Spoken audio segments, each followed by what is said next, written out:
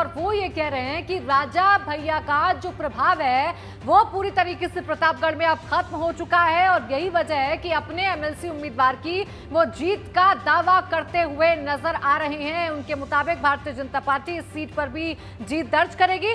प्रतापगढ़ के सांसद संगमलाल गुप्ता ने बयान दिया और कहा कि राजा भैया का प्रभाव खत्म हो रहा है, तो इस पर राजा भैया ने भी जवाब दे दिया है। उन्होंने ये दावा किया कि उनका प्रभाव अभी कम नहीं हुआ।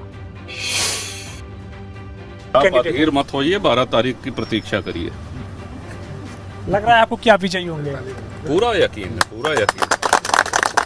भरोसे का रिश्ता है सभी साथियों के साथ।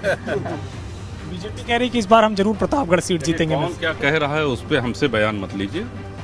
हर आदमी स्वतंत्र है, हर दल स्वतंत्र है, जिसके मन में जो आ रहा है वो कहें। हम अपने विषय में उनसे बेहतर कह सकते हैं। जनसत्ता दल ने विधानसभा चुनाव जो हाल ही में संपन्न हुआ है बेहतर प्रदर्शन किया है। 2 सीटें जीती हैं, जहां कांग्रेस 2 सीटों पर सिमट गई, बसपा 1 सीटों पर सिमट गई। आपकी पार्टी इकलौती ऐसी पार्टी रही जो इतने बड़े 2 गुटों के बीच में जहां प्रतिद्वंदिता थी, आपने वहां पे खुद को खड़ा करते हुए 2 सीटें जीती।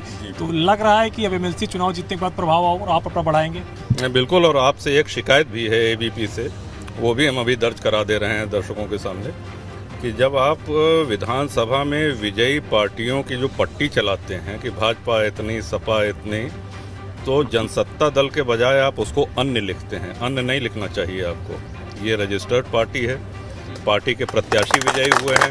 कई बार हमने ये शिकायत भी दर्ज कराई, तो उसमें अभी तक सुधार नहीं हुआ। ये हमारी शिकायत भी आपके माध्यम से दर्शकों तक। जी बिल्कुल, हम इसमें जरूर सुधार करने की कोशिश करेंगे। लेकिन अब चूंकि जो इस तरीके जब विधान परिषद का चुनाव हो रहा है, तो आप क्या इसके बाद आपकी क्या चुनौती रहेगी? अगर 12 तारीख को आप जीतते हैं तो क्या आगे? इसके बाद जनसेवा का अभियान शुरू होगा।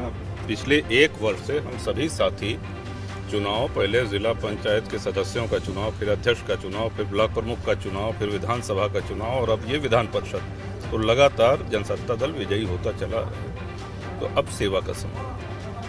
समाजवादी पार्टी के भी उम्मीदवार इस बार यहाँ से खड़े हुए हैं। हर बार समाजवादी पार्टी का समर्थन कहीं ना कहीं आपको मिलता था। आपको कहीं गिनती में लग रहे हैं क्या? कहीं गिनती में दिख रहे हैं। प्रत्याशी खड़ा होने तो कोई भी खड़ा हो जाए, लोकतंत्र है। जिसने चाहा उसने नामांकन कर दिया, लेकिन वजूद क्या है इस पे जाइए ना। आप तो प्रतापगढ़ के रहने वाले भी हैं।